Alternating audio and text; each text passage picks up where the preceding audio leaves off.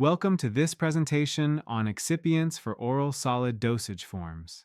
Part 1. I'm Dr. Sam Morty, a pharmaceutical formulation development consultant.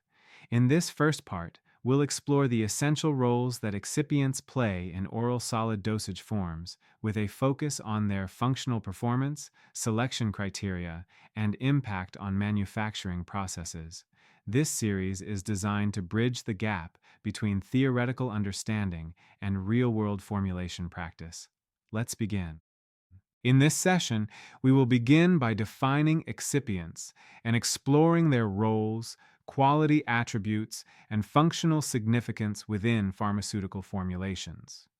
We'll then review the primary manufacturing methods used in oral solid dosage form development: direct compression, dry granulation, and wet granulation, each with its own advantages and formulation challenges. Next, we'll examine how excipients influence product stability, manufacturability, and overall performance. We'll also identify key excipient types and their defining characteristics. Finally, we'll conclude with practical considerations and risks that formulators must keep in mind when selecting and using excipients. By the end of this session, you will be able to understand the fundamental role and significance of excipients in oral solid dosage forms. You will recognize how excipient functionality directly influences formulation stability and performance, and identify key excipient types along with their core characteristics. Additionally, you will be able to differentiate among the three principal manufacturing processes: direct compression, dry granulation, and wet granulation, based on their formulation and process requirements. Excipients are the inactive substances that serve as the vehicle or medium for the active pharmaceutical ingredient. Although termed inactive, their role is far from insignificant. Excipients are essential for enabling processing, ensuring stability, and optimizing the overall performance of oral solid dosage forms. Each excipient is carefully selected to achieve the target quality attributes of the final product, supporting the desired functionality and patient experience. Excipients play a critical role in determining the overall quality and performance of pharmaceutical products.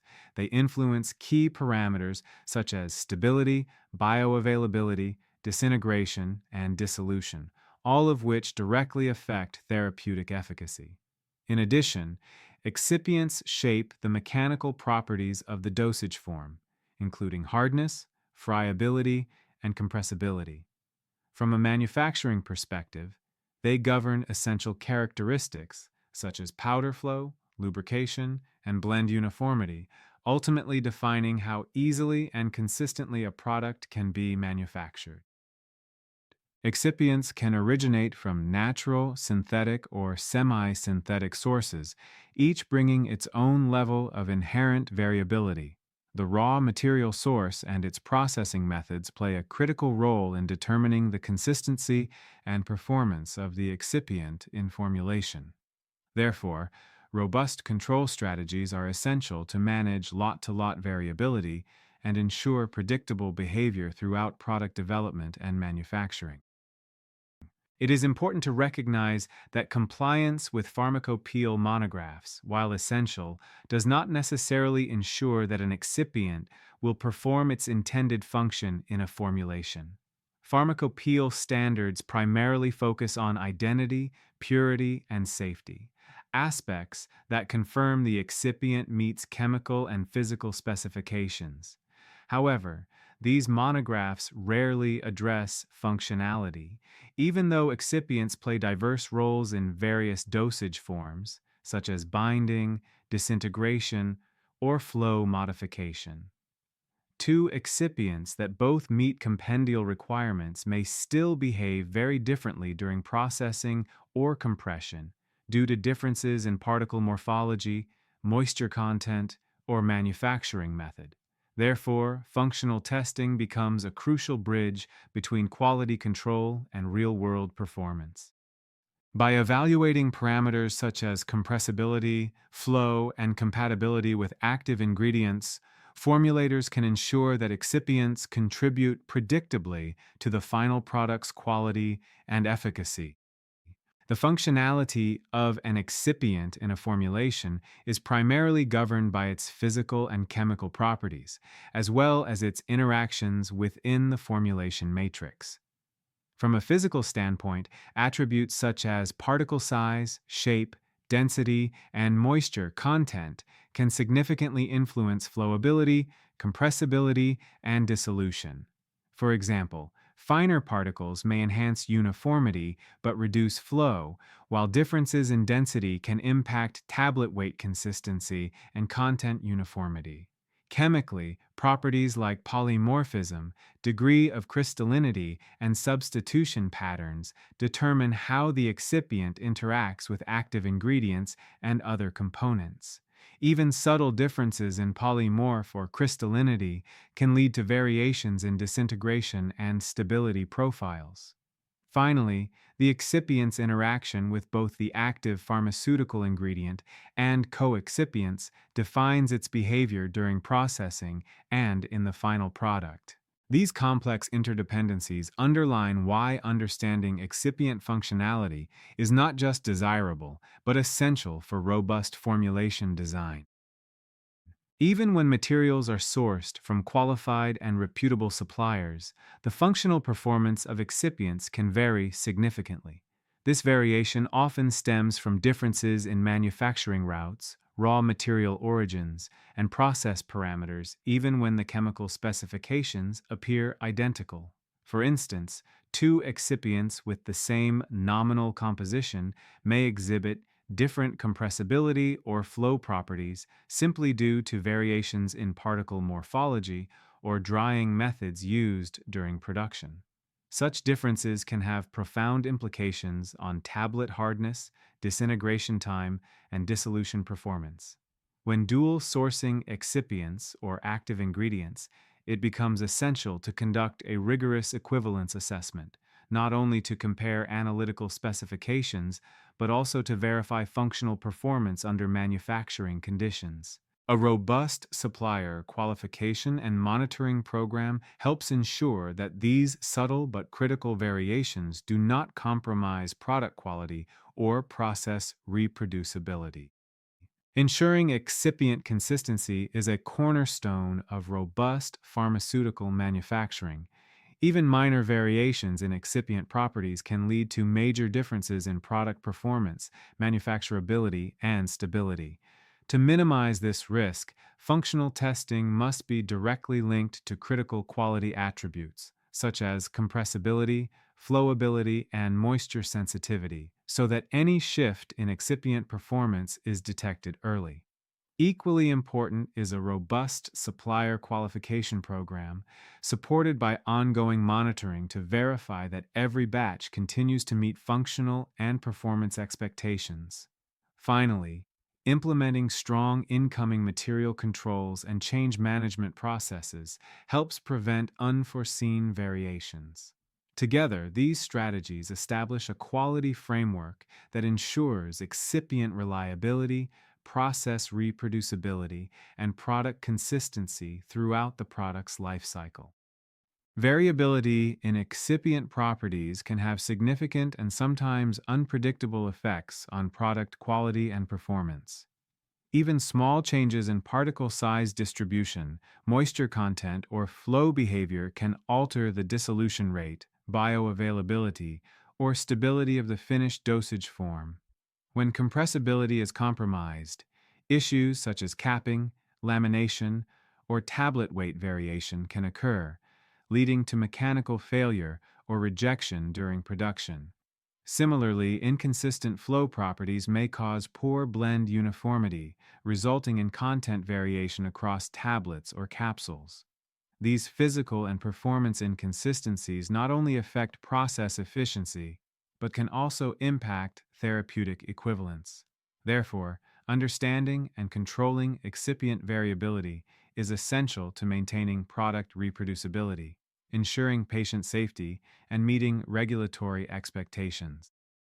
In tablet formulation, the choice of manufacturing method is one of the most critical decisions in process design.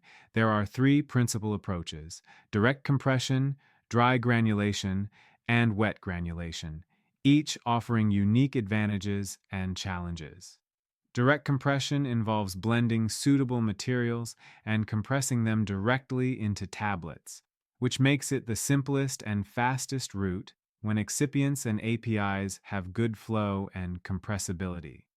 Dry granulation, on the other hand, is used to densify powders without adding liquid, ideal for moisture-sensitive or thermolabile substances.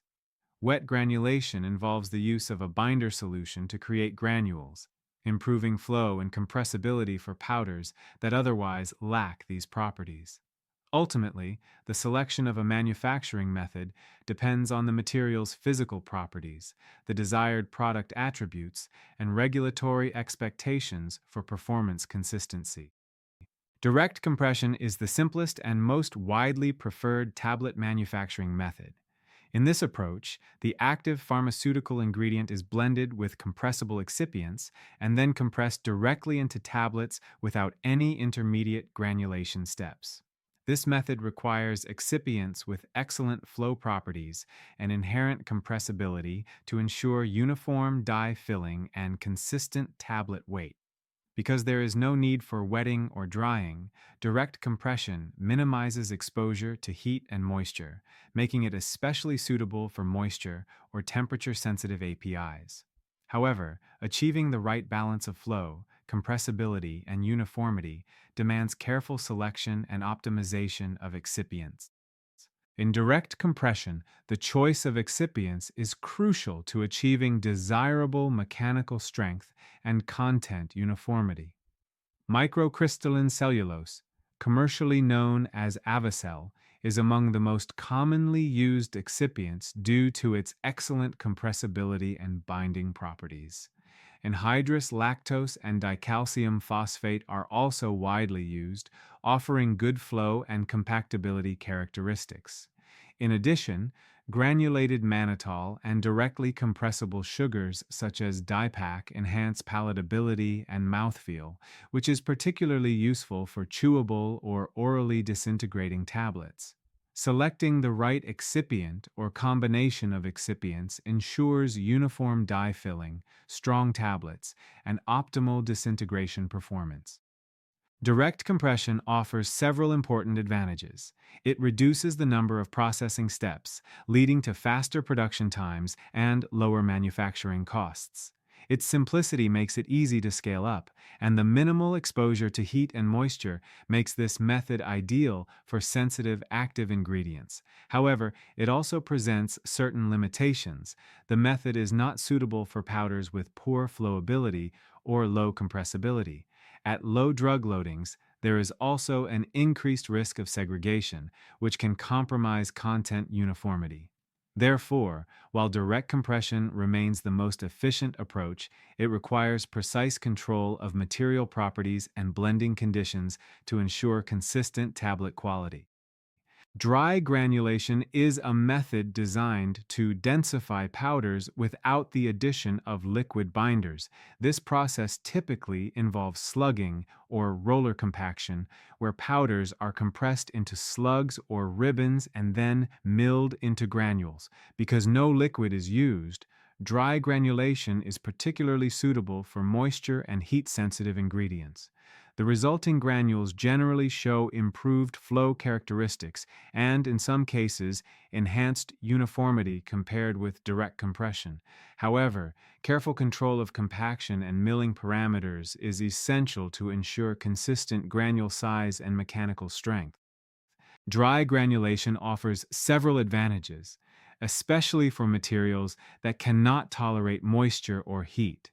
It improves powder flowability without the need for wetting or drying steps, reducing processing time, and protecting sensitive actives. However, this method also presents some challenges. Higher dust generation during compaction and milling can pose handling and containment issues.